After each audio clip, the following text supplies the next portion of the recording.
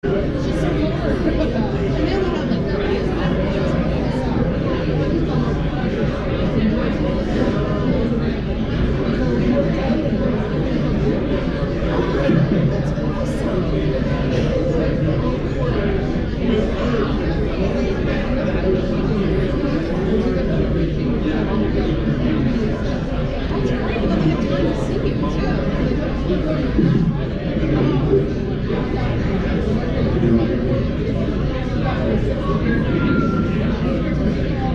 right, everybody, I think we're going to start.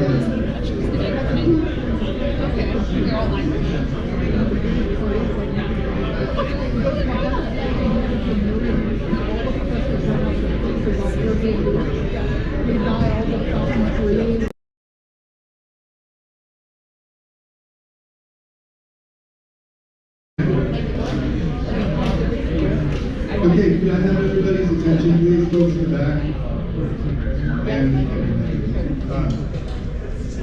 So we'll get started here. Many of you have traveled from far away, whether you're down the road or coming in from far away. Thank you all for being here. I'm going to say just a couple of words, logistics, and then I'm going to say a couple of stories on the top, and we'll get going from there.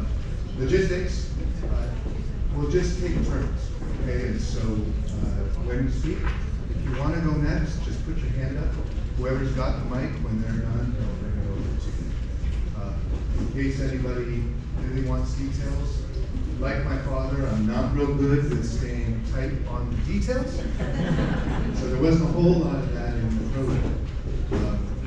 And we're not going to hold you to it. So if you want to talk for a long time, try to be respectful of everybody else. There's a lot of folks who have stuff to say, and nobody's going to time you. Right? So when you're done, hand to the problem. What can you talk about? Anything and everything. If you've got some words, if you've got a story, read something, whatever it is, go ahead. We'll try to wrap it up about 3:30 or so. We're not going to cut anybody off. So that's the logistics of it.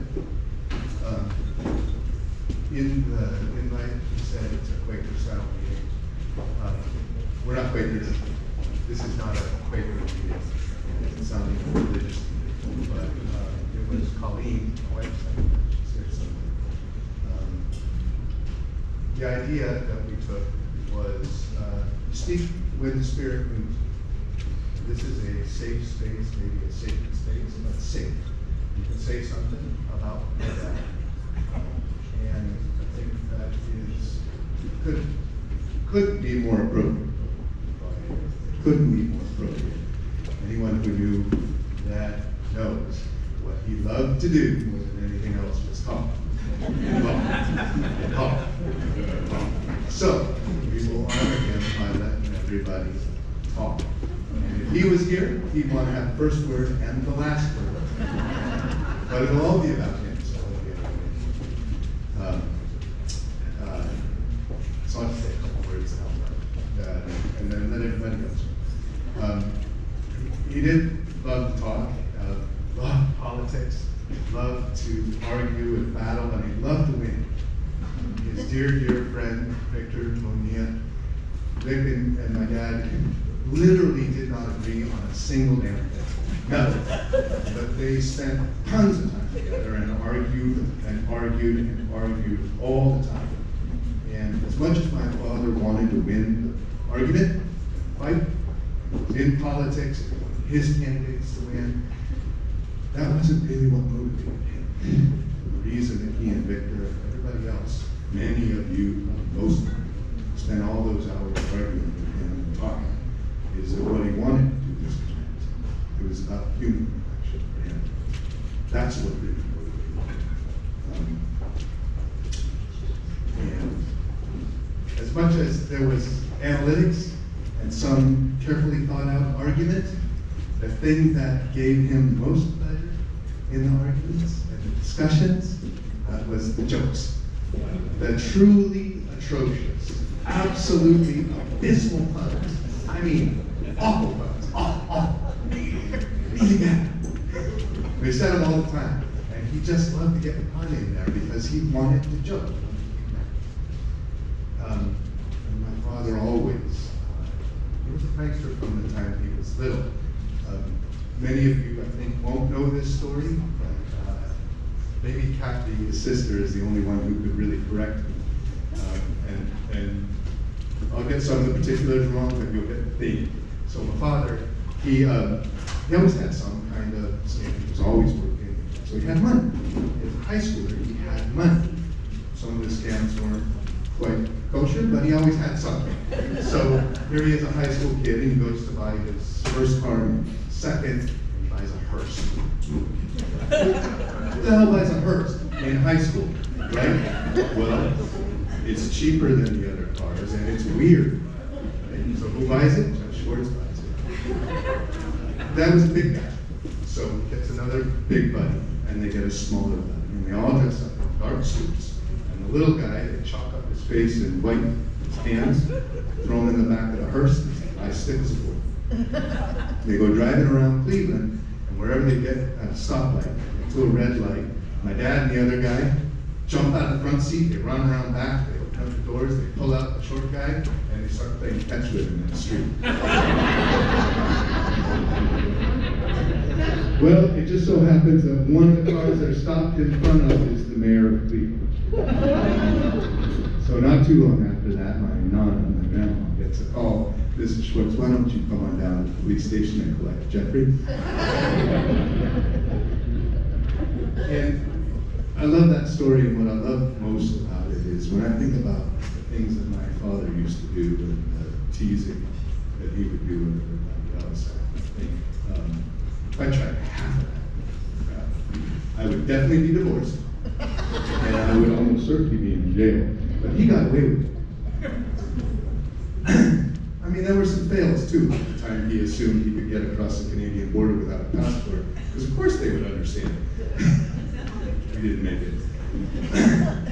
But the reason he got away with that, and the reason that the constant ribbing and teasing at every gathering worked, is that it was never mean-spirited.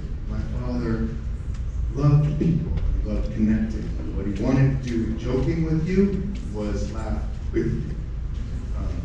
And many of you, I think probably all of you, if I went around and asked each of you, would have a story about the time that my father tried to help. Tried to help whether he wanted it or not. He would help. He would set aside hours, and he would devote himself to it, and that's the thing that motivated me. And when I think back about my dad, that's the thing that defined me, is kindness, giving to other people. And I can't think of a better way to be in this world, and I can't think of someone who exemplified it more. I'll tell you one other story, and then I'll give up the microphone. The highest praise my father could give was to say, "That's wild." Right? And he meant that's different, that's weird. And, you know, for a kid from Cleveland, maybe that wasn't so surprising. That's what he wanted. But you sit down at a restaurant with my dad, and he's looking for the weirdest thing on the menu. You're talking about where you want to go and what you want to do with him, and he's looking for the craziest adventure. He's always pushing. So one time he took all of the family to Thailand. I was just in college at that point. I didn't even know where the heck Thailand was, but there I was going to Thailand, and my dad, we're in northern Thailand in this town, Chiang Mai, and we're going to do a trek out in the jungles. And my dad wants to go from village to village and see these ethnic minority villages. They're mostly folks, refugees who come down from the Chinese border, right? But they're way out and living in just in the jungle in these towns, right? So my dad somehow manages this. We're out in the jungle and we're trekking from village to village, and we're staying in these little huts, and nobody speaks any of the language, so we're communicating with people by sign. And my dad, I don't know when this happened, but somehow he knew that there are elephants in that area. I want to ride an elephant. Pretty young. Cool, I want to ride an elephant. So next thing you know, at the end of this trek, we're slashing through the jungle. There's no trails. And after a full day, and we're literally starting to have heat exhaustion, right, Larissa? Yes. Yeah. some of us were more upset about this trip than others. we finally get to this spot, and these guides set us aside and they say, okay, we're not finding them. You guys wait here by this tree. Don't move, don't say anything. Don't say anything? What do you mean? We're out in the jungle. It's not safe. What do you mean it's not safe? They go off, they find this group. This group comes back to us, and they take us to this camp, and there are these elephants. We spend the night at this strange camp. Nobody speaks any common language. We get up in the morning, and we're riding these elephants. There's a picture somewhere in here of my mom and dad on the back of an elephant. We're riding these elephants through the jungle. There's a little baby elephant that's crashing off through the jungle and grabs a sapling and comes back and plays with its mama. And we get to the end of this trail, and we're at this river, and these guys are cutting down timber, and all these bamboo logs, slash these bamboo logs together real loosely, and step onto the raft, and you sink about that far. You're in the water, right? There's a tripod to hold your bags up out of water, and that's how we get out of the jungle. And we finally realize, oh, that was an illegal timber harvesting operation. That's why we couldn't find the guys, that's why it was unsafe. That's why we had to sort of go out on these random rafts, and who knows what was going to happen. So, my father, not great on the details of the planning, often pushed things, sometimes not the safest, but we had incredible adventures. And he showed me more of the world than many people have seen in their entire life. By the time I was 10 years old. We went everywhere, and we did incredible things. And that's something that he gave to me, and he gave that adventure and with that kindness to everyone he met. So, that's how I remember. Would anybody, and we'll just go in terms of whoever flags. Oh, one other thing, feel free to walk in the middle or stay where you are, or do whatever you want. If you want to sit down and talk, that's fine too. Thank you, Greg.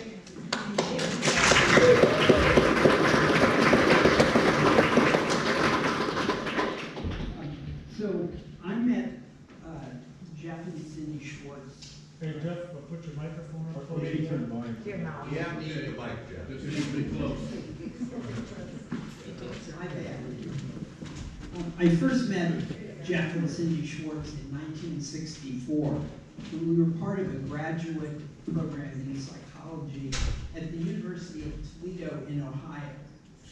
I was such a hit that I thought it was charitable that Toledo admitted a brother and sister to its program.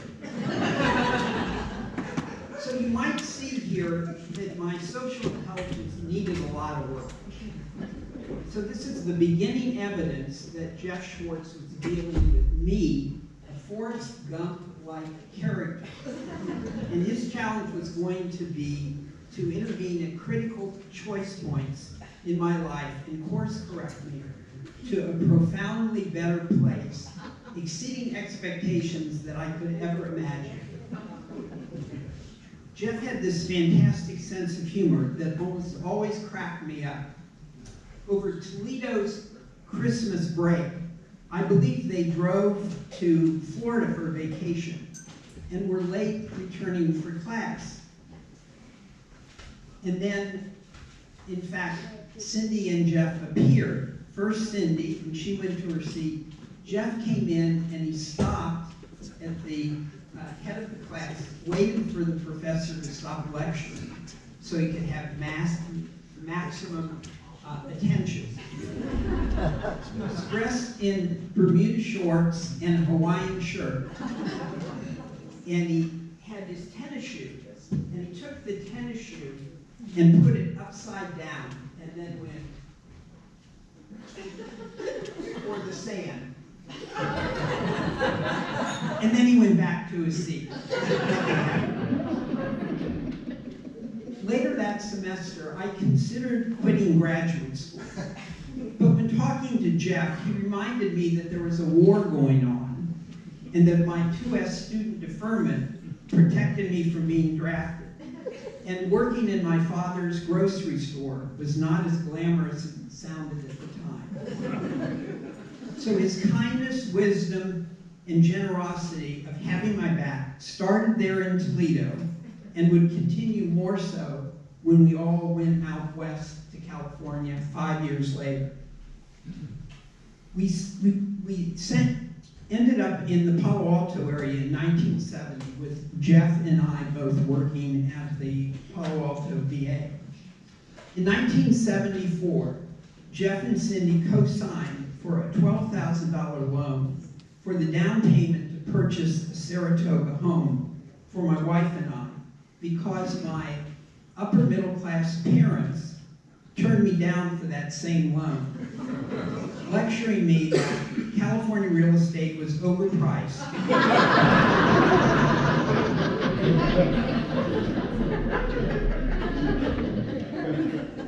And they were saving me from a bad financial.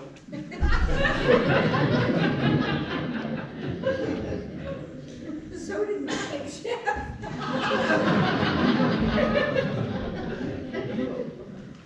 So later on, Jeff and Cindy structured a business partnership with sharing real estate and setting in place for over 40 years investments that were not part of this civil servant government worker's life. Jeff Schwartz emotionally supported me through my subsequent divorce and numerous romantic crash and burn relationships through the years. Now, just to be clear, Jeff is not a huge fan of psychotherapy. And he delighted in telling jokes that start, "How many psychologists can you fill in the blank?" Moreover, he threatened that if either of his children were ever to become psychologists, he would write them out of their inheritance. And yet, he gave awesome advice. And this was, to me, somebody who's had more than his fair share of personal psychotherapy. So it was also fortunate for me that in this particular case, he was able to channel his inner Cynthia Berry rather than his inner Schwartz mafia mob boss.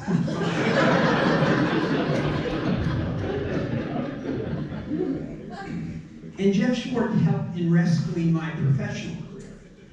When my Santa Clara County Mental Health Center was scheduled to be closed due to budget cuts, Jeff suggested that I call then County Supervisor Zoe Lofgren, who gave me a crash course in community organizing.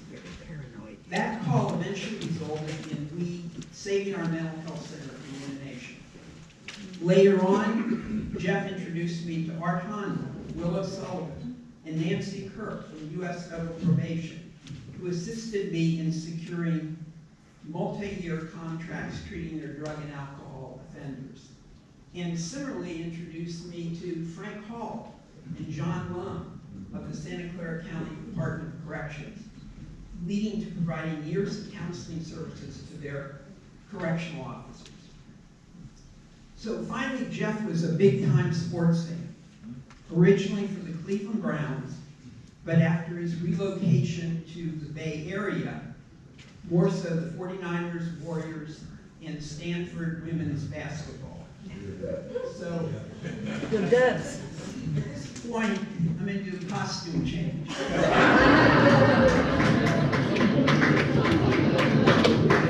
That your uniform?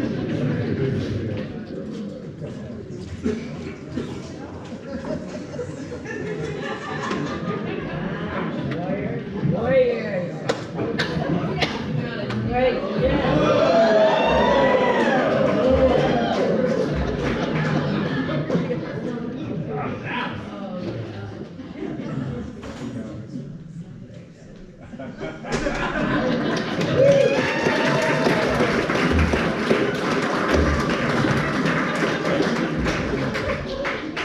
As his son nailed it when he said in his father's Obed.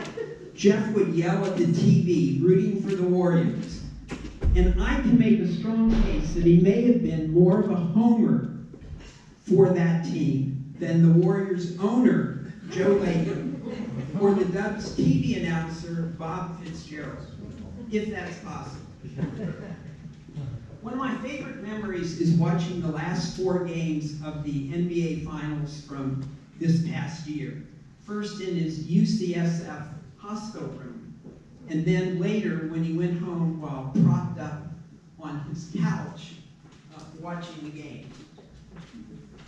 So Jeff and I were 3-1 watching the game, and if he were here today, he would say, "You're welcome, Steve Kerr."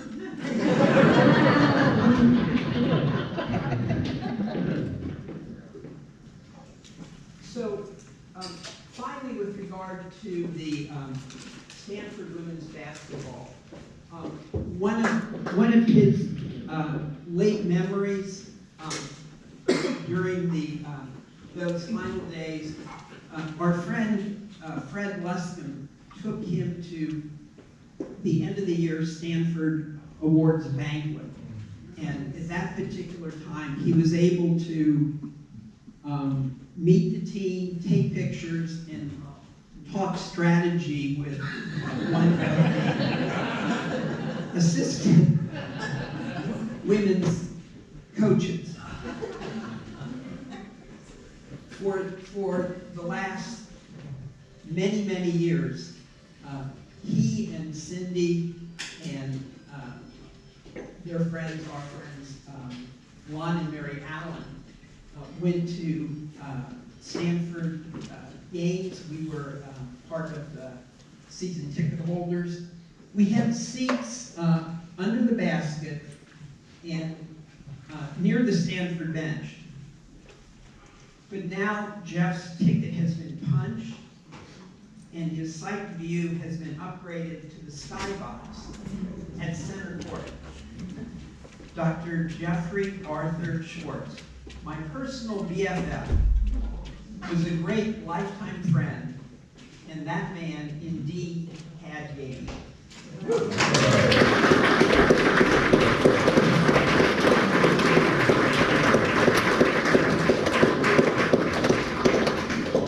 And who's next? I'll go next. That's great, Jeff. I'm Rick Walton Smith. So I have 2 stories about Jeff. Pardon me if I read, quite emotional time. Ann and I have traveled quite a bit with Jeff and Cindy, Africa, Madagascar for 3 weeks, sailing on a boat in Belize for 10 days, partying on Kauai at their place there, and a couple of times staying at our beach house on Puget Sound.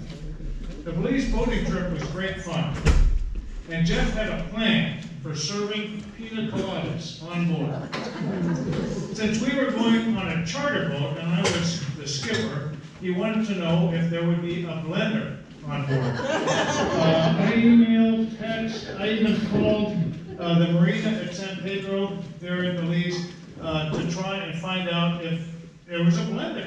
And I just couldn't get an answer. So I told Jeff we could get the specific Coco Lopez pineapple juice and rum that he wanted, but did not know about the blender.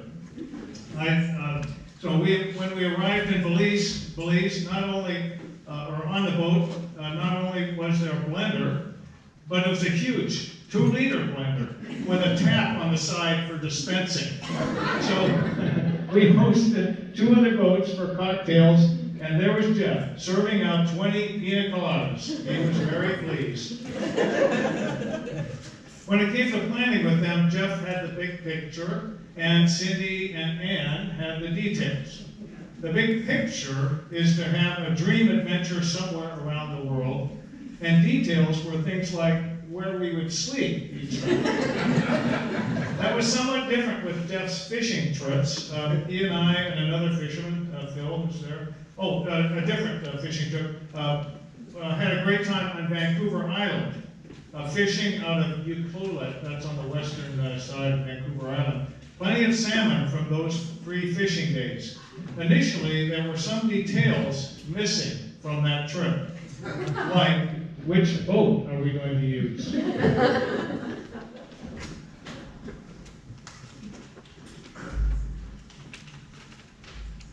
Details, Rick. The point is that we have to get those 3 king salmon and 3 silvers a day. What a haul we're going to have. Yes, it was, and we wound up using our boat, named Steady Betty, for the fishing trip, and the other fisherman's boat broke down. It worked out filling several coolers full of salmon fillets for each of us. On a trip to Alaska for halibut fishing in Dutch Harbor, Jeff surprised me with a funny detail in the Anchorage airport. We had our tickets from San Francisco to Anchorage and then on to Dutch. So, as Jeff called it, Dutch Harbor. Flying to Dutch Harbor is unique, Jeff told me, in Anchorage. We may stop at some of the other islands along the way. The pilot determines that while in the air. Oh, I said, unique. Oh, also make sure you have plenty of books for Dutch. Why is that? I naively asked. Sometimes the weather is so bad they can't fly out for a few days or longer. Oh, I said, unique. Men have friendships shoulder to shoulder on their projects. I'll miss Jeff's shoulder while fishing together. The smile seldom left his face while he was fishing.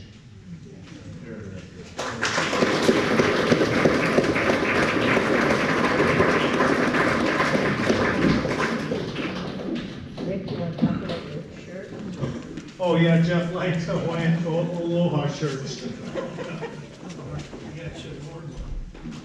Hi, I'm Ken Colson, and I want to greet Cindy and Craig and where is going? Listed there. I'm not going to talk. I met Jeff when I was at West Valley College, and we spent many years together there. I'm not going to talk about Jeff.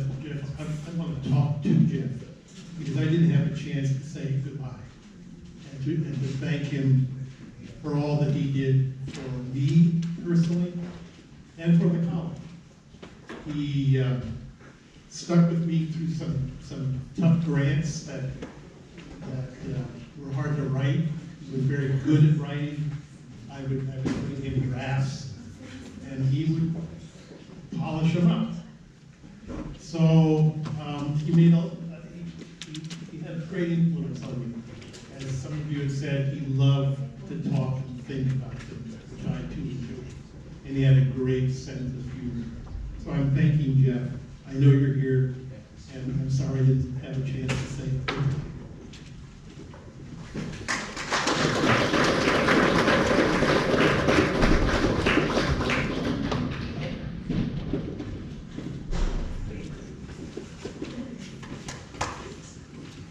I'm Phil Crawford. I consider Jeff one of mine and his family like the closest friends I have on earth.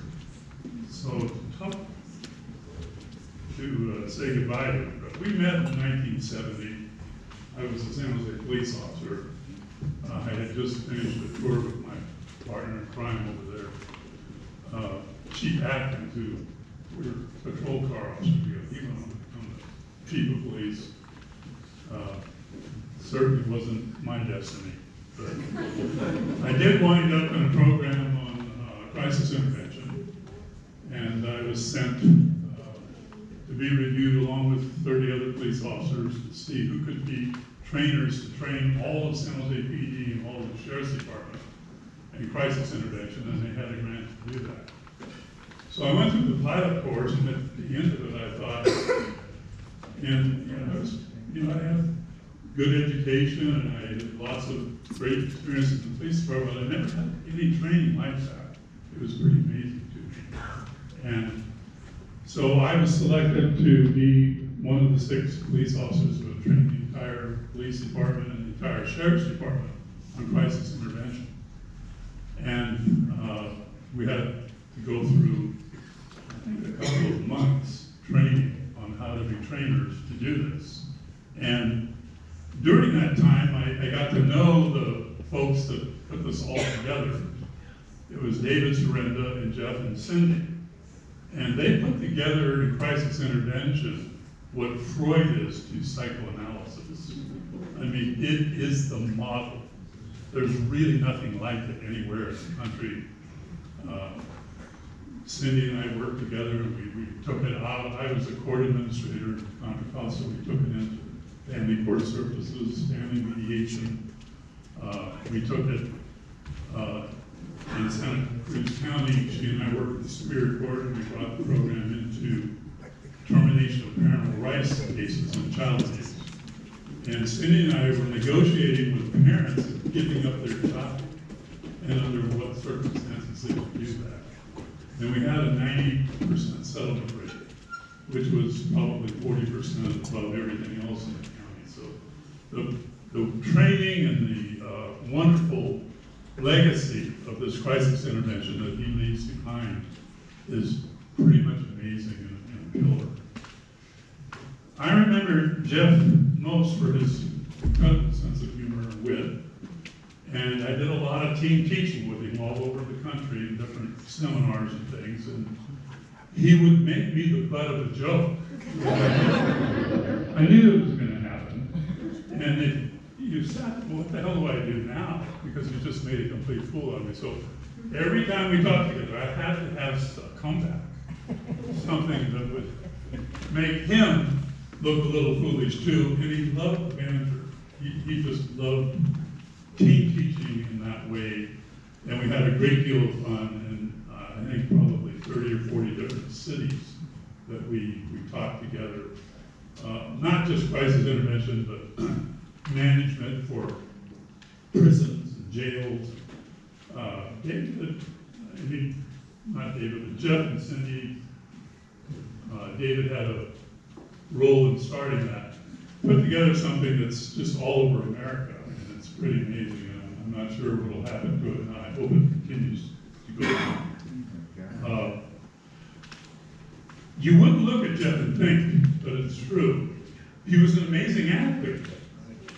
He was, I fancied myself, I played college football, I did a lot of competitive powerlifting and championships and so forth, and I thought Jeff looked kind of like a nerd. There wouldn't be any contest. So you get on the basketball court with that guy, and he beat my butt. And even in volleyball or horseshoes, he had incredible hand-eye coordination. He'd throw ringer after ringer in horseshoes. Just an amazing talent and a love of athletics. And in the racquetball that we would play, it got so competitive because we were both pretty competitive people. Him a little more than me, I think, but we'd have to take separate parts because we couldn't have a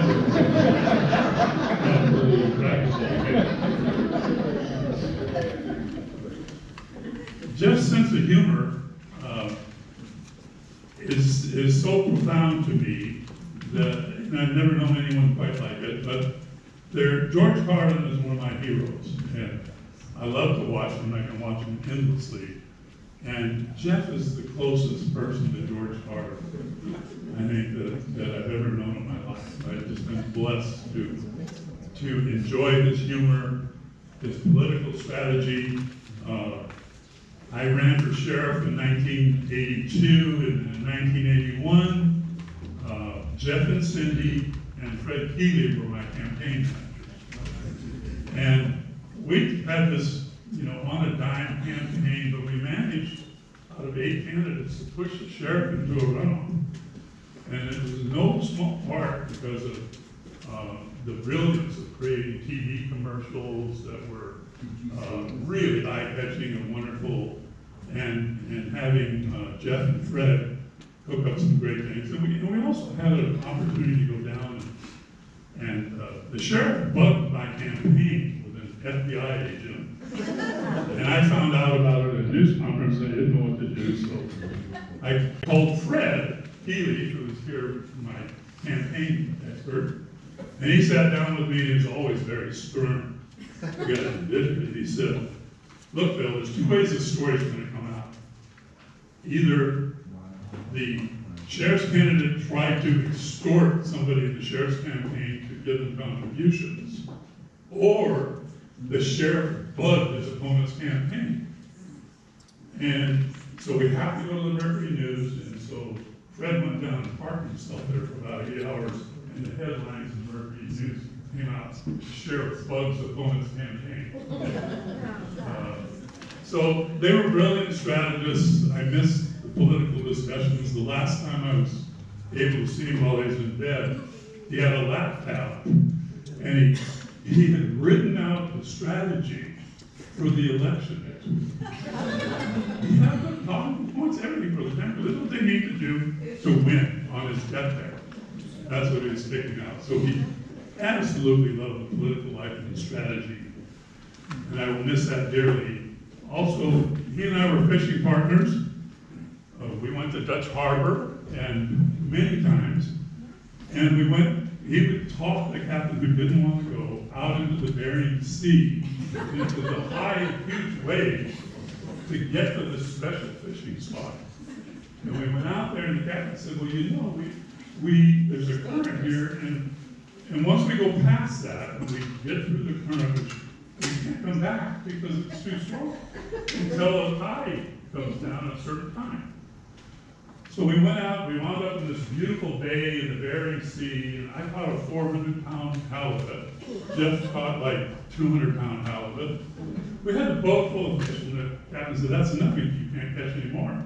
The boat was watched, so we can't go back for 3 hours.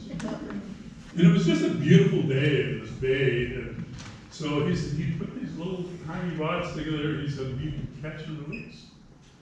So we throw them in and catch this beautiful halibut, and oh God, we have to release them, send them back. But whenever I think of Jeff in the future, I'll think of that day, because I don't think either of us were any happier, and nor were we in a more beautiful place than that cove in the Bering Sea.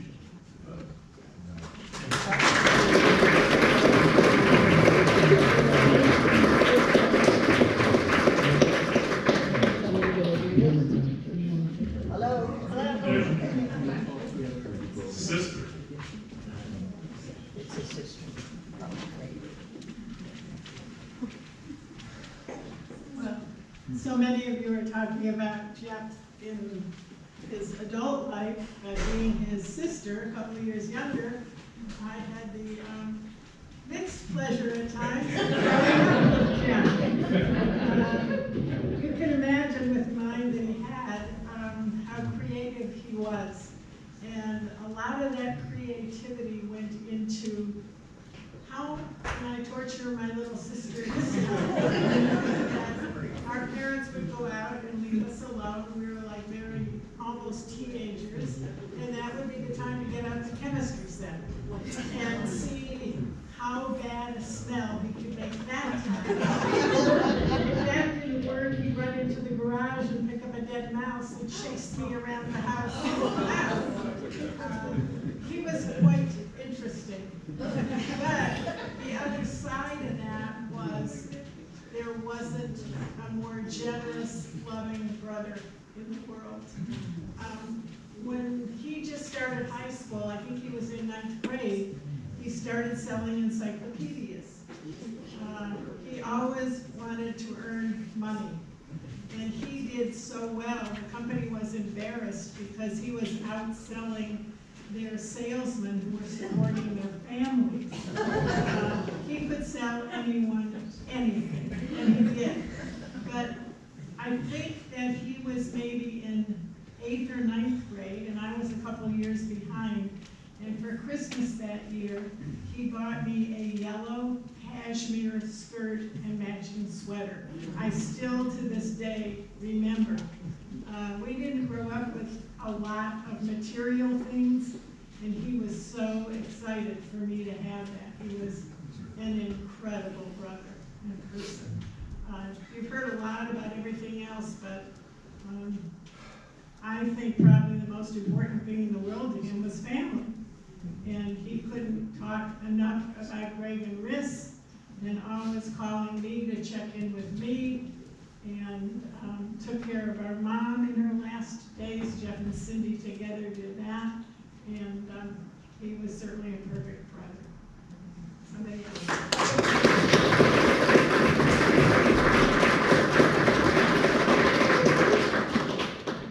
My dear Victor.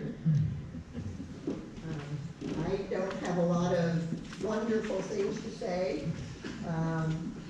about either politics or anything with Jeff and Cindy, but we met them coming to our door in the early or mid-70s when they first moved down to California, down to Saratoga, and they became best friends.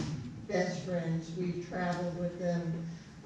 I traveled with them when Victor wasn't able to, and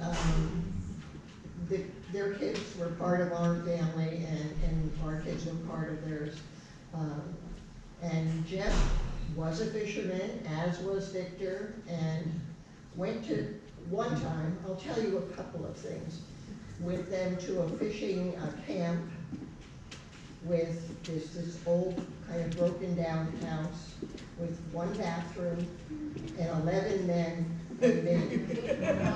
This was kind of, but that's all right, everybody stay out, she's going in, and you know, we had a lot of good times in Mexico, in Hawaii, and all of these gentlemen were right about all the things that they were talking about. But Jeff was always there with an answer, especially once Victor passed. If I needed something, I could talk to him, and as Phil said, he was laying in his bed, and I was talking to him and had a question or two that I wanted answered, and he was there to help me right to the end. So I love them all very much.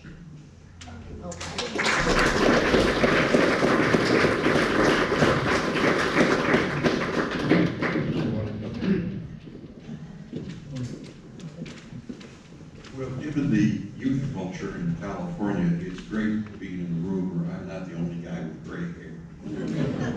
And most of you, if you think back to high school or college, realize that generally blind dates do not work out. Well, for Mary and me, they did, because probably 35 years ago, Mary's parents were out from Cleveland, and Jeff's parents were out with Cleveland, and they said, you have to, you know, Jeff's parents said, you have to be, and Marion's parents and vice versa. We fought it like, we all like blind dates, but it worked out, and so for the last 35 years, we've been very close.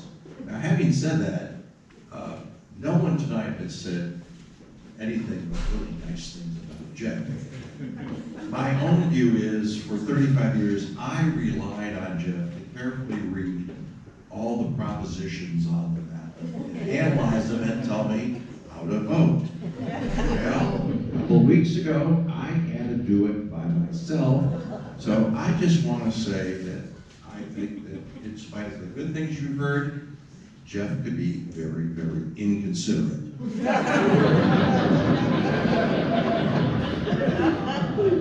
Jeff Becker said that, you know, Jeff is with us. In the Jewish religion, we say that a person lives forever in the hearts of those who loved him.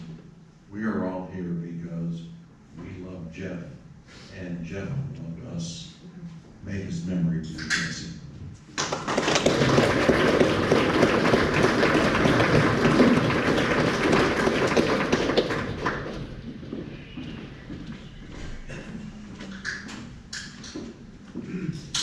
have to grab my chair because there's a certain way that I need Jeff. I'm part of Jeff's work family from DJJ. Cindy, we love you. Jeff and Cindy, when our department was going through the federal lawsuit, they said we have to come up with new ways to work with our youth without putting physical restraints or force. And while DJJ was never that department, we were looking for, I joined the IBTM team. I was selected as a Burlington to figure out what conflict resolution programs were out there. So they had us test some. I was like, before we found LETRA, we had to test a whole bunch. I said, no, that's not gonna work because they have takedown moves and I'm not touching those. But we wanted rapport with our youth. And Amy Seidlin said, well, don't you know there's something in your backyard, meaning California, that we've used in the past, in the 70s. So LETRA was found. As a trainer, they sent us, 12 of us to Campbell, California, to the office. And we're like, wow, we get to go stay in San Jose. And then when we thought we were going to be in hotels, and we're like, wow, we all got our own apartment. The corporate housing. It's like, this is going to be great. Then we go to class. We get this big binder, and here comes Jeff. You guys need to read and be ready for tomorrow to do your teach backs and present. And there goes enjoying San Jose. We had to teach, and then there was no PowerPoint. And we're like, well, where's the PowerPoint? No, Jeff does not believe in PowerPoint. And I appreciate him being the trainer that I am today for that, because teaching conflict resolution has, from LETRA, has changed our way, changed my life, and has made me a better trainer. But those 6, I think it was 6 weeks, we really wanted to get out and see San Jose, Campbell, and we kept turning in our time sheets, and they're like, why are you guys doing this time sheet for overtime? I said, because we have to present in the morning, and we had to read through the night after class, and then we, third or fourth week in, it didn't let up. So we took our binders. We wanted to go to Santana Row. We took our binders down to Santana Row. Because we knew Jeff was like, be ready. I don't care how much your department paid us to be here. I will fail you if you do not deliver my curriculum the way that I want it trained, with the fidelity and the integrity. So we took our binders down to Santana Row, but we didn't have a table big enough to put those binders. So what did we do? We stayed up late, got in trouble for more overtime. So I appreciate LETRA, and as the gentleman said before, LETRA is one of the best conflict resolution program that your department should use dealing with any population to resolve conflict, whether it's a personal crisis or anything. But this is Jeff when we did our teach backs. And we have one of our newest trainers when I was going through my master certification to be able to teach, which I believe Cindy was Jeff's last cohort. Our DJJ, me, and I think 2 or 3 others, we were certified master trainers to carry on his legacy. And I went off the couch, how do I do this? I don't have a business sense. But we had trainers, and all of us can contest to this. Jeff would sit in the chair with his notepad and pen as we did our teach back. And he would watch and make sure, like I said, fidelity. And we'll have a thought and say, Jeff, I think we could do it a little bit better if we do it this way. And he would go, no. Here's why. And then he would gosh. Like, he's not gonna tell me here's why, he's writing a note. Am I in trouble? So, and we're like, we have to pass. We're representing our department. But he's writing and writing and writing. And we'll get these pages of notes of what we need to improve, what we did well. And we appreciate Jeff for that, because it made us stronger trainers and better trainers. But when I got the text from Marissa, let me know. Last year, I had been thinking about, after Jeff certified us, how do I start getting in here? And one of the things he said, I want you to carry on my legacy. You need to go out and train probation, do things. So I reached out to him in June, and as some of you may know, DJJ is closing. So we've been in limbo. What do? We retire? Do we continue to work? And we've been offered jobs on the adult side, and we had to go to an academy in July. I reached out to Jeff. I said, I have some ideas. I want to run them by you. I want to talk to you about them. And I don't really know how to start this. And he said, just call yourself D&D Consulting and don't worry about the LLC. That'll cost you a whole bunch of money. I said, by the way, I'm in the hospital. Jeff, why are we having this conversation if you're in the hospital? And he said, I've seen a lot of texts from you. You're reaching out to me. I wanted to talk to you, so he did pick up the phone. And he said he would be going home. So that was the last time I talked to Jeff. But I can say, so I appreciate you allowing me to be here, part of his work family and family. One thing that I love about Jeff and Cindy, even though we were afraid of them, we were truly afraid. Remember, they told us we will fail you, even though your department paid you to be here. You're like, okay. I think I love the curriculum, love it.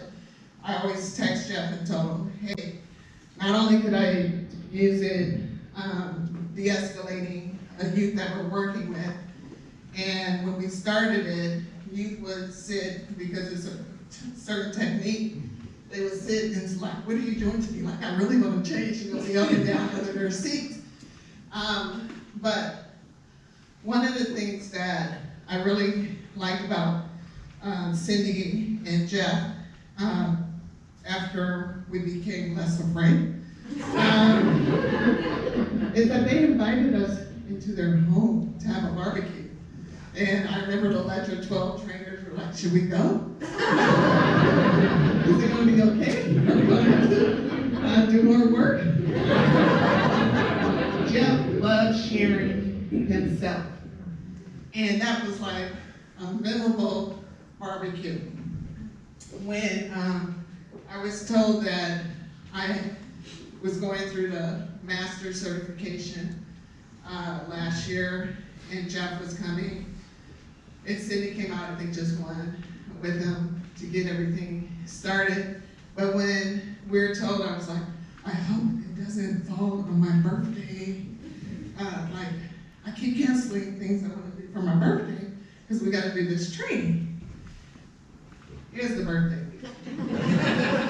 They say you're going to training July 26th through August 5th, and to get certified.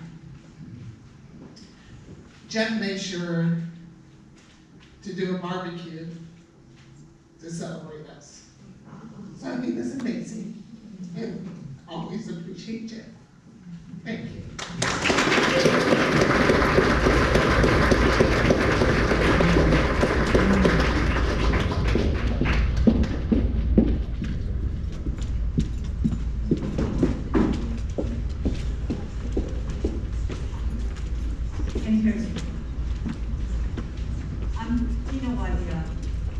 I've heard so much about Jeff from people who have known him for decades. Could you speak up? Can you hear me now? Yes. Let me start. I'm Tina Walia. I have heard so much about Jeff from all of you there who have known him for decades, his family, sister, parent. I can't say I have known him for that long, but it seems every time I hear something more, or every time I talk to him, I found yet another facet of the deep layers that make up Jeff Schwartz. The first time I saw him, not met him, saw him, was in a planning commission meeting in Saratoga. He entered the theater, and somehow I noticed people just kind of sat straight in their seats. And I wondered, and I heard these whisperings, oh, Jeff Schwartz is in the room. And I'm thinking, oh, okay, so what? I guess I don't have to describe that feeling to any of you here, because you all know who Jeff was. I feel today, meeting some of you for the first time in my life, that I actually have known you for the longest time. The reason is simple. Jeff loved the people he interacted with, and he was fabulous at sharing those stories. So I know some of you thanks to Jeff, even though I'm meeting you today, or I haven't even met you yet. His wide range of interests and his love for life continues to amaze me. His love for politics, I think we all know that. As somebody mentioned, very inconvenient, now we have to go through that ballot. I've heard from people reach out to me saying, oh, he will be tremendously missed this election. The reality is, he will be missed for so many things, for such a long time. Jeff has left an indelible impression in what Saratoga is today. A lot of people never met him, don't know him, will never even know what Jeff has done for Saratoga. Jeff loved Saratoga. What I have not heard today was a surprise to me recently, his love for his fruit orchard.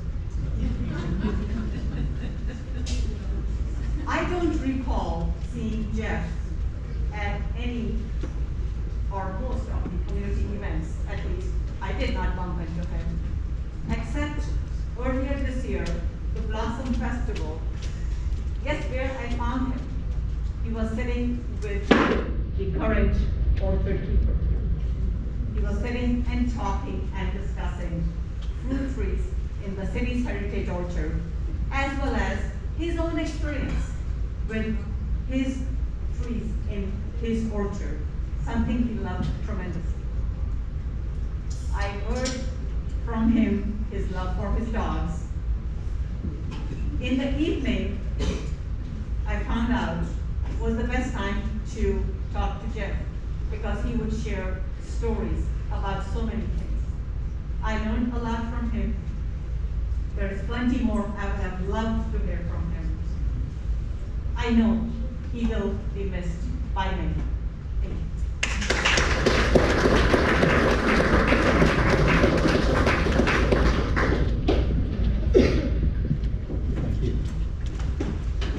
Cindy? My name is Ben Sakai. I was the head between the period from 1985 to 2014. I was head of corrections for the state of Hawaii on 3 different occasions. And on each of these occasions, I brought that crisis intervention, conflict resolution course to Hawaii because we really needed it and because it was the best thing available. So I don't normally speak at things like this, but I felt I really have to, because there's a whole community of instructors in Hawaii, at least 36 of them, who owe so much to Jeff and Cindy and the course. I remember the first time we did it, the instructor told me, you know, this isn't just for work. I used it on my kids. The problem we had with the course was all of the trainers walked out of there so competent and so good at what they did. They all got promoted to management positions, and they couldn't train anymore. That's one of the reasons I had to keep bringing it back, but it was well worth it. So that's one aspect I wanted to talk about Jeff Schwartz and Cindy, the electoral part. But the other part is their generosity. Now, we're from Hawaii. You know, all of you know how easy it is for Jeff and Cindy to connect with people and make friends. Well, they stole one of my managers in the was it the late 80s or sometime in the 90s, a guy named Bruce Quigley. Bruce came up to Santa Clara County. He worked in a jail there, and while he was there, guess where he stayed? Schwartz. I would visit Bruce, and Frank Hall would walk in and say, I'm going to crash here for the night. And Bruce said, yeah, all kinds of people just show up and they sleep here. Their home was always open.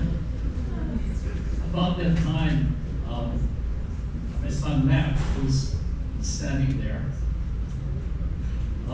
he was in college at Davis, and he needed a summer job. So I made a few calls and got him a job as a correctional officer at the Santa Clara County Jail. And he, as I recall, his schedule was 3 days on, 4 days off. And so while he was working at the jail, guess where he stayed? Jeff and Cindy were very, very, you all know about Jeff's personality. I could tell Jeff and Cindy apart because Jeff was the guy who was talking. He was on the and also Cindy was the one with hair. But, you know, I will never ever forget because of never ever forget Jeff. Cindy's still with us, fortunately. But you know, it's like the incredible generosity. I would call him and I said, Jeff, I really need you guys to come down. And he would make one mistake with this. It could be some small personal thing. After when I was in director at one time at a conference here in San Jose, I needed a place. I didn't want to stay in a hotel, so I stayed at His home was always open, a tribute to his generosity. There's so many people outside this room who are really on this, who are really sad to see his passing, to hear about his passing, but who have so many great memories and who owe so much to Jeff Schwartz. Thank you so much for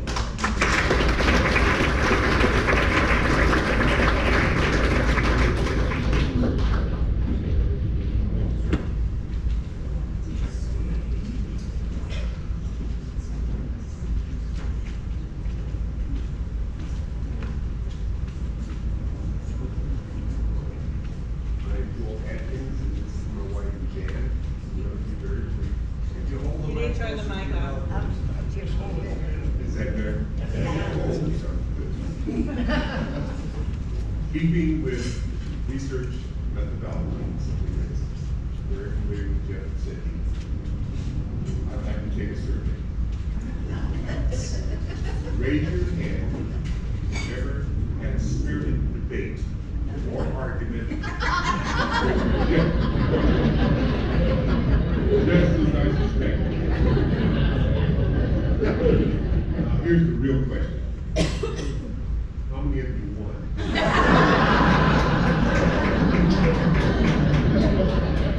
I see 2, 3 hands up. But you wouldn't have admitted it. No, I don't believe you.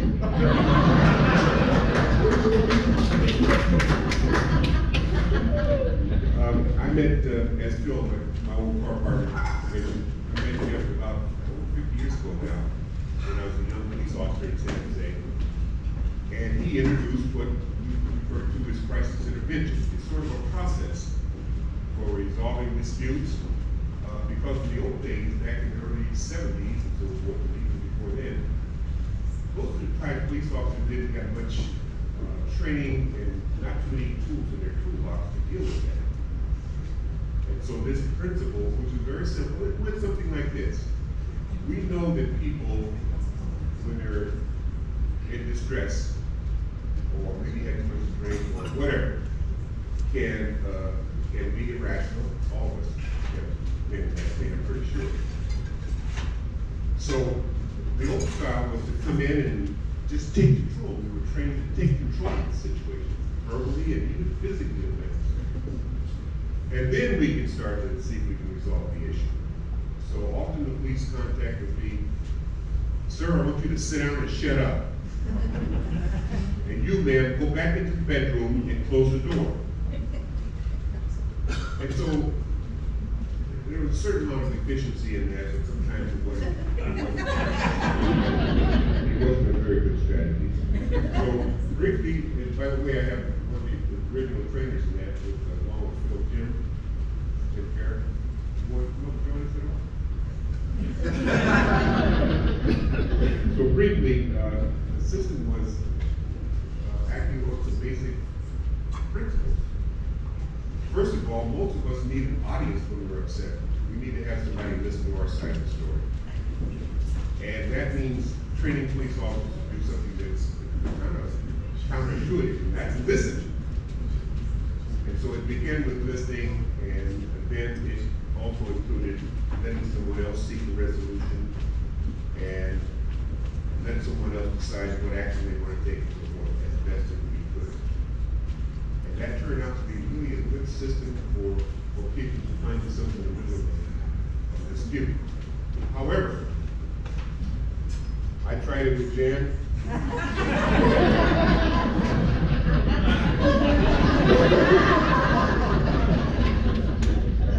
Position killed myself.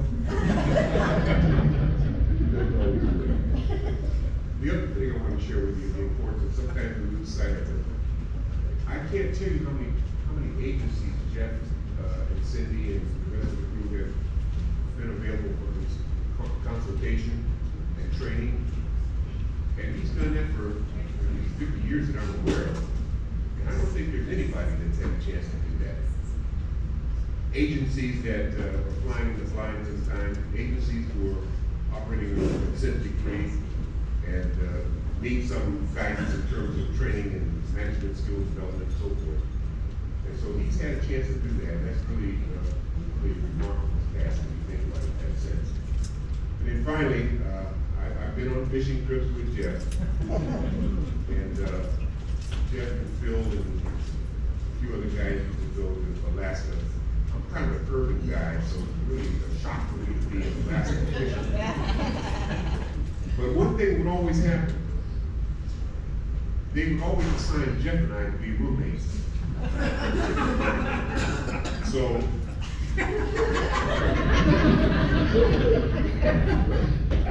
what subject am I going to have to be talking about? But I found out that the reason we were always connected is because we both snored. No one else wants to be with us. So again, I've been aware of Jeff and have been a friend of his for quite a few years, and Cindy, and Cindy, you and Jeff, and so forth, have really brought some needed pieces.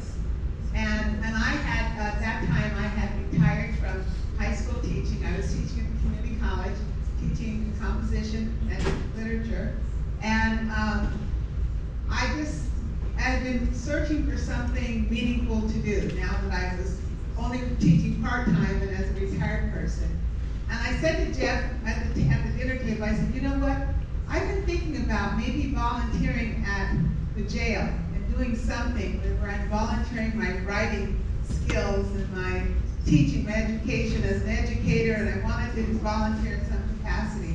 So he called me the next day and he said, "Are you serious about wanting to volunteer? If so, I can make that happen." And I said, "Yes, I'm very serious." He made a phone call to Elmwood Jail, and I had an appointment the very next day. When I went in, they said, "Oh yes, Jeff Schwartz recommended you." And they told me, what unit do you want to teach in, and what do you want to teach? And it was just like carte blanche. And so I started teaching there about 5 or 6 years ago on a volunteer basis. But at some point, maybe it was into the first year, I discussed it with my church. And they were really excited about the idea of being able to continue the program. And I had a chance to speak at the church. And they asked me what was the source of this interest. And I mentioned, well, a good buddy, old pal friend, Jeff Schwartz. They're our friends, Jeff and Cindy. And so they said, okay. And the church was really interested in the program. And so from that point, we went from teaching, well, I was the main teacher, but I had some assistants too. We taught women at Elmwood Jail writing skills.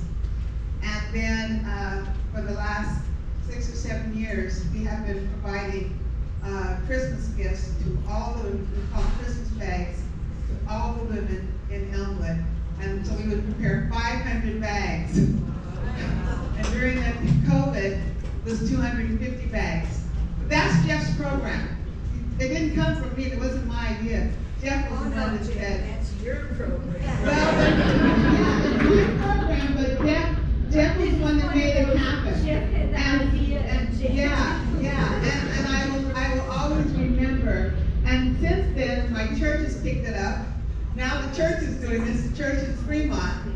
And so it's something, every time I think about that, it was like someone who cared enough to say, hey, I can help you. Maybe I can get this started. So I'll always remember Jeff for his contribution. And I'm sure my church will too. Thank you.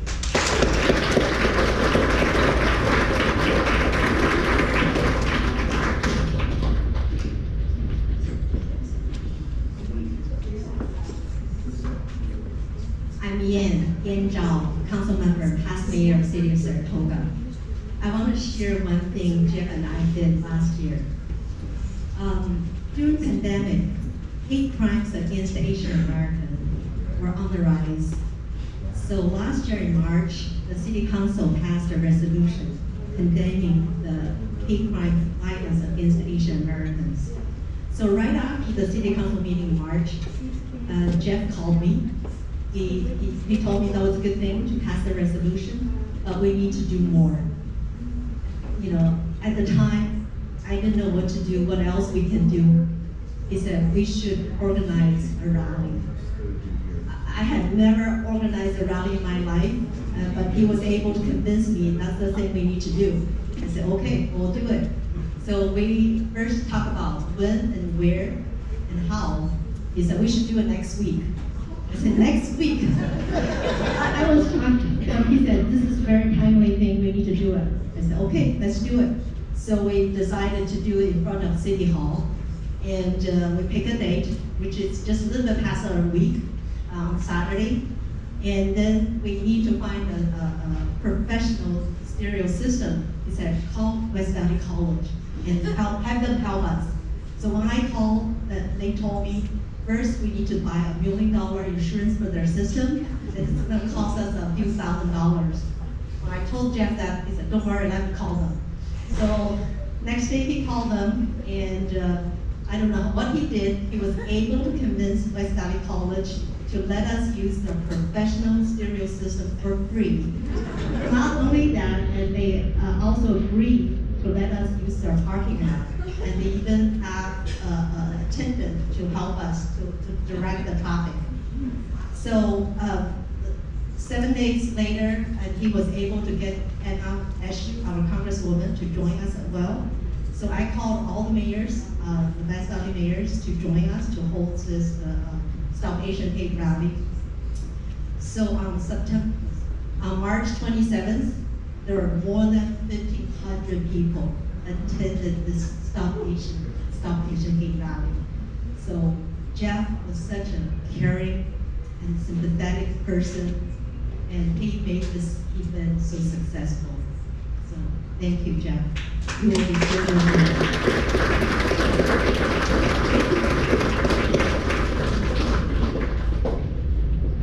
I promise I'll be brief. I'm Nancy Kirk, and I've known Jeff and Cindy since, I guess it was the late 70s, professionally in the criminal justice system.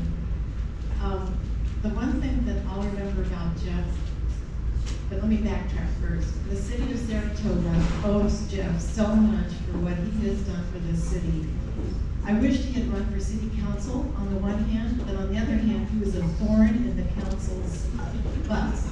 And I'm glad, because one thing that we need to realize, we wouldn't be sitting here right now because the city at that time, as I recall correctly, wanted to have condominiums built. That was up on one of the agendas.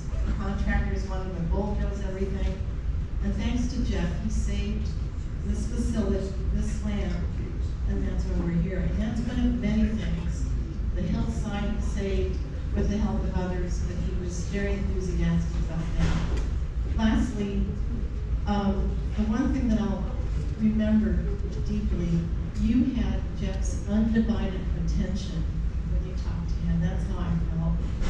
Both he and Cindy were always so welcoming, and it meant a lot to me when times of need. But now I'm beginning to wonder if the reason that he was so attentive to what we were saying is because he was ready to attack in that debate. And win that debate. Whatever it is, I love Jeff and Cindy. Thank you very much for all your support for me too. And thanks, Jeff, for the comedy act you put on.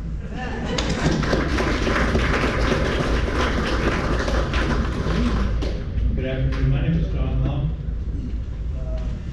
It was almost 33 years ago this month that I had the great opportunity to meet Jeff and Cindy and their wonderful family. Thanks to my mentor, Frank Hall, who I'm so proud is here today, and his family, who coaxed me to come to Santa Clara County to engage in a wonderful venture of trying to convert the jails from being run by the sheriff. And I had the opportunity to meet Jeff, who had been such a great architect and advocate in terms of trying to make that happen. And it was all about trying to do things right. For those of us who work in the public sector, we so well know that we're challenged often in terms of doing the right thing, and doing the right thing can be often the most difficult thing to do. Jeff and I had the opportunity, Jeff called me from the hospital when he was ill, and I had the opportunity to visit him.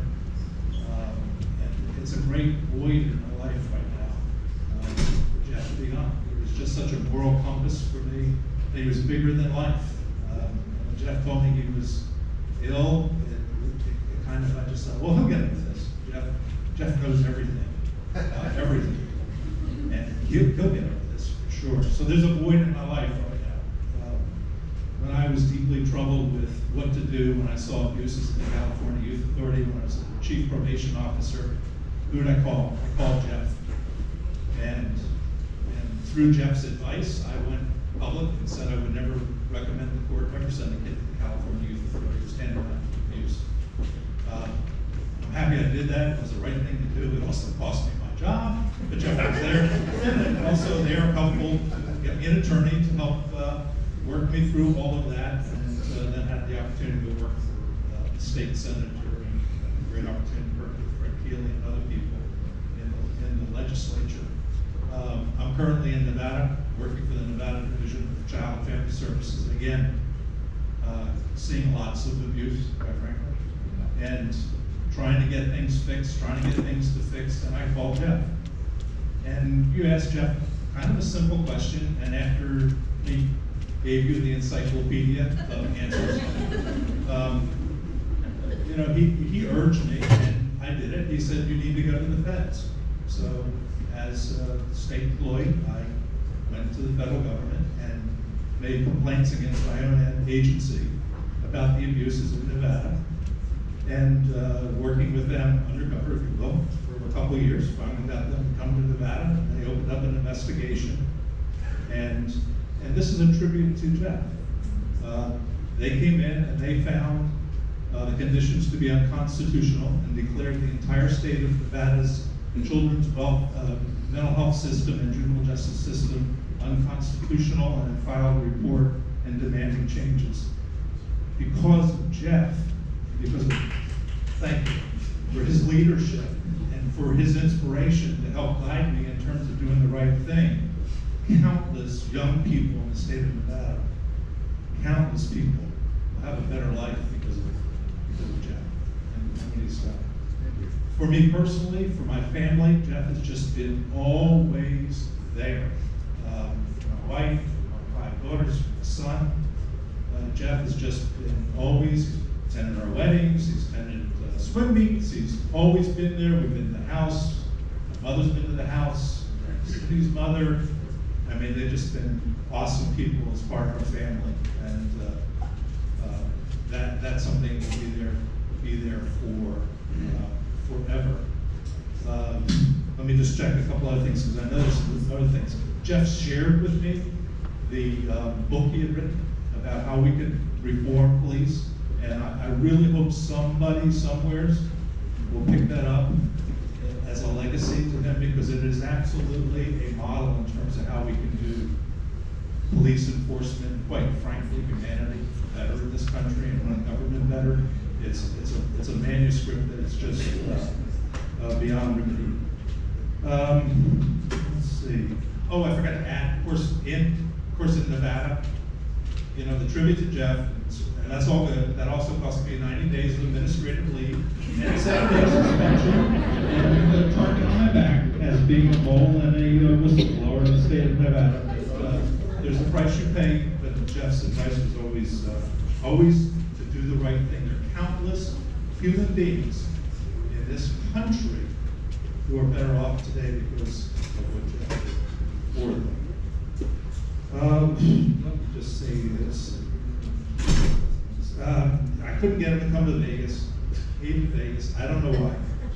I also worked with Jeff through the National Institute of Corrections. We went up to Camp Hill after they had a riot for state prison, and we were doing an investigation on that. And for some reason, I don't know, there's a mental block. Something about driving with Jeff. I don't know if any of you have heard. But there's something. Every time I think about that drive, something. I can't recall it all. And then I remember just working so hard in the prison all day long doing this investigation, and it was time finally to take a break and to go to bed. Jeff had made no reservations. And Jeff had decided that we were going to absolutely go all over the city of Harrisburg and find the best rate for a hotel. That's my memory of Jeff.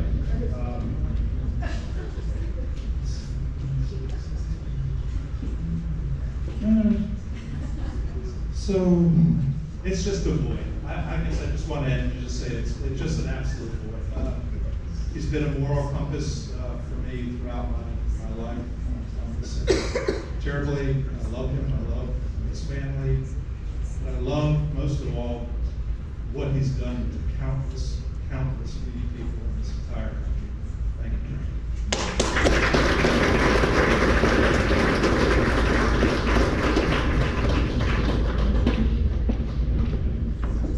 Jeff, Cindy, Larissa, Gregor, Griffin, nice to see y'all. My name is Fred Keeley. I feel like I need to defend myself at this point.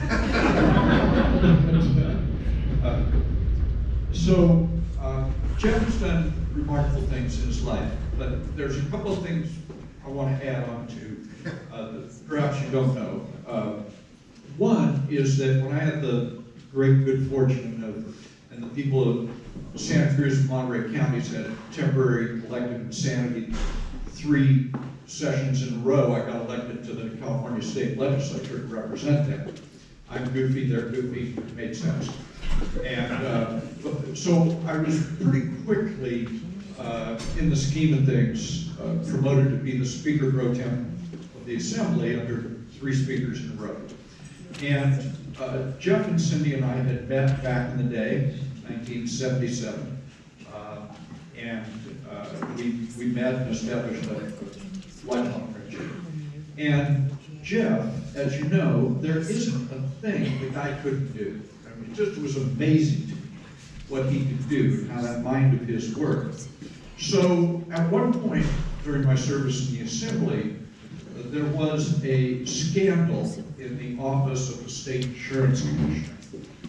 And the problem with that scandal was that every state constitutional office, except for one, was held by a Democrat.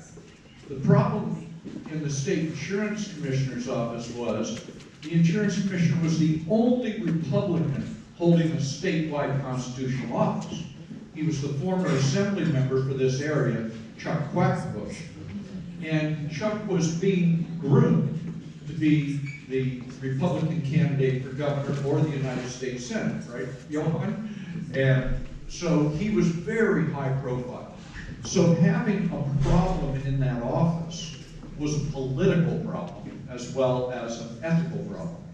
So the speaker, I get a call from the speaker one day. He says, Mr. Gideon, come on down to my office. I did. And he said, here's how we're going to do this. There's a real problem with the insurance commissioner. And I'm going to put you in charge of the House investigation into the insurance commissioner. And then he said 2 things that shocked me because I misunderstood both of them. He said, issue number 1 is, you're not going to have a budget. And I misunderstood it. I thought it meant I got no money to be able to, do anything. You said, he meant, whatever you need, that's what the budget is. There's no limits on this whatsoever. Second thing he said was, I don't want this to be a bipartisan investigation. And I'm thinking, well, I'm the wrong guy then, because I'm not going to do some partisan hack job on it. So I misunderstood it the second time. And he said, no, what I mean is, I want this to be a nonpartisan investigation. He said, everything we do is going to be on a nonpartisan basis. We're going to have an evidence room, and the Republican and Democratic members on the investigatory committee will have access to that, plus their staff. There are no secrets here inside this committee in this investigation. Well, that sounds pretty reasonable. So I begin to try to put together with very bright staff, because I'm not so bright, but very bright staff helping us put together what are the component parts we need to conduct an investigation of a state constitutional officer that is going to be nonpartisan and is going to be trusted. So I'm thinking, like you're all thinking, you know the punchline here, how about Jeff? He's always doing, okay, maybe he's not always doing investigations of constitutional officers. So we put together, first hiring we did was, I said to the speaker, I said, I want to hire this former assistant U.S. attorney for Northern California, who's now in private practice. I want him to come in and be the lead investigator on this thing. Okay, fine, done. I want to hire this person for document report, done. I said, well, then I want to hire this guy named Jeff Schwartz. And I'm wondering, who? I said, well, trust me on this, Mr. Speaker. He has no background per se, but he has every background per se in this. I need this guy at my side. I just trust me on this. And he said, okay, fine, you could hire this guy. So Jeff comes in with that mind of his and sort of takes this terribly complex, lots of witnesses, lots of subpoenas being put out, lots of questions, public hearings, and Jeff can see it. Somehow he can see this. He can see how the pieces should come together. He should see the order, he can see the order of the testimony. He can see how to present the facts. He thought he was a Supreme Court justice, apparently, as you all know. And there was no slowing him down when you pointed out that he wasn't. But he was able to take this investigation, and I want to put a little parenthesis on it. The state Senate tried to do the same thing right before it was turned over to the Assembly. And the state senator who was chair of the Insurance Committee on the Senate side thought that what the Senate committee could do is hold one hearing, bring the insurance commissioner in, and with a rifle shot, take out the insurance commissioner. It totally blew up in the face of the Senate, and that's why the House ended up with this longer process. Long story short, Jeff puts out there a series of snares and traps that allowed the investigation to move forward honestly and factually. And the noose just got tighter and tighter and tighter around the subject of our investigation. We issue a subpoena finally after 3 weeks of hearings. We issue a subpoena to compel the insurance commissioner to testify in public before the committee. The insurance commissioner, I'm going back and forth with this attorney. He saw what was going to happen. He saw that the commissioner only had two choices: perjure himself or tell the truth and lose his office. That was the insurance commissioner, because Jeff had laid this out in such a way as that was the only possible outcome. We're in my office in the Capitol, 3 o'clock in the morning before the 10 o'clock hearing. Haven't slept at all. I get a call from the insurance commissioner's attorney, a gentleman named Don Eller. And he said, "Mr. Speaker, we are prepared to give you a letter tonight that is effective noon tomorrow, that is the insurance commissioner's resignation. If you will promise me at this moment that you'll drop this subpoena and the issue is over." And I said, "I can't promise you the issue is over, because there are state, federal, local prosecutorial actions that are ending here. But as far as the legislature, the commissioner's resignation will satisfy the committee, and we will not compel the insurance commissioner's testimony." Jeff was there literally at my side, guided me all the way through this, sat next to me on the dais with the multiple page questions for every witness that he had sussed out as a result of all of this investigation. It literally would not have been possible without Jeff to cure this problem inside state government that was affecting everybody in California in terms of the trust and confidence in their government. I'm not saying everything was restored because of that, but the way Jeff laid this out for us, managed the team, we got to the goal, and what the press said afterwards was that it was the most significant act of the legislature in its power of oversight, which, as Johan knows, former Assembly member, former member of the Board of Equalization, that's not a strong suit in California for the legislature to oversee the executive branch in any capacity. This was done so correctly, it could not have been done without Jeff. Now, having said all of that, let me tell you my second story, which is much briefer. Yes, that's an applause line. Yes. The second story goes like this. 1977, when I meet Jeff, the reason I met Jeff and Cindy is because Phil Crawford had talked to me at the tender age of my early 20s of running a campaign for the union at San Jose City College and try to take over the board of directors. And so they paid me the handsome sum of $100 a month to do that. And I said, "Listen, I don't mind doing this, but I don't know what I'm doing afterwards." And Phil promised me he would get me a job afterwards if we were successful. So I was successful, and I said, "Phil, where's that job? How's that working out?" He said, "Well, let me introduce you to Jeff and Cindy Schwartz." So I get hired as a contract compliance officer, just a really funky job. And in this process, I go with Phil and Jeff to Canyon City, Colorado, to the adult facilities, the maximum security facility, to do contract compliance.